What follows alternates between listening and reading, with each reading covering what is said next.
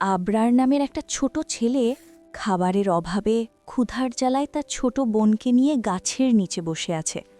হঠাৎ দেখল একজন লোক দোকান থেকে খাবার কিনে খাচ্ছে। এটা দেখে আবরার তার বোনকে নিয়ে লোকটার কাছে কিছু খাবার চাইল।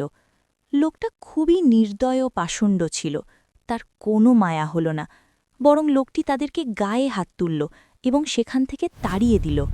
আবরার তার ছোট বোনকে নিয়ে কান্না করতে করতে সেখান থেকে চলে গেল। সে তার বোনকে এক জায়গায় বসিয়ে কাজ করতে চলে গেল। আবরার খাবারের জন্য হোটেলে থালা বাসন মাজল, রাস্তা ঝাড়ু দিল এবং অন্যের ঝুড়ি মাথায় করে তার বাসায় পৌঁছে দিয়ে সারা দিন পরিশ্রম করল। দিন শেষে সে কিছু টাকা ইনকাম করল। সে সেই টাকা নিয়ে জামা কাপড়ের দোকানে গেল। তার এবং ছোট বোনের জন্য নতুন জামা কিনল। আবরার খাবারের দোকানে গেল, নিজের এবং ছোট বোনের জন্য কিছু খাবার কিনল। সে নতুন জামা ও খাবার নিয়ে খুশিতে ছোট বোনের কাছে গেল।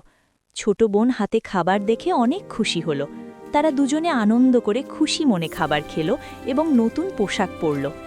এখন আবরার বুঝতে পারল, ক্ষুধা মানুষকে ভাঙে, কিন্তু পরিশ্রম মানুষকে গড়ে।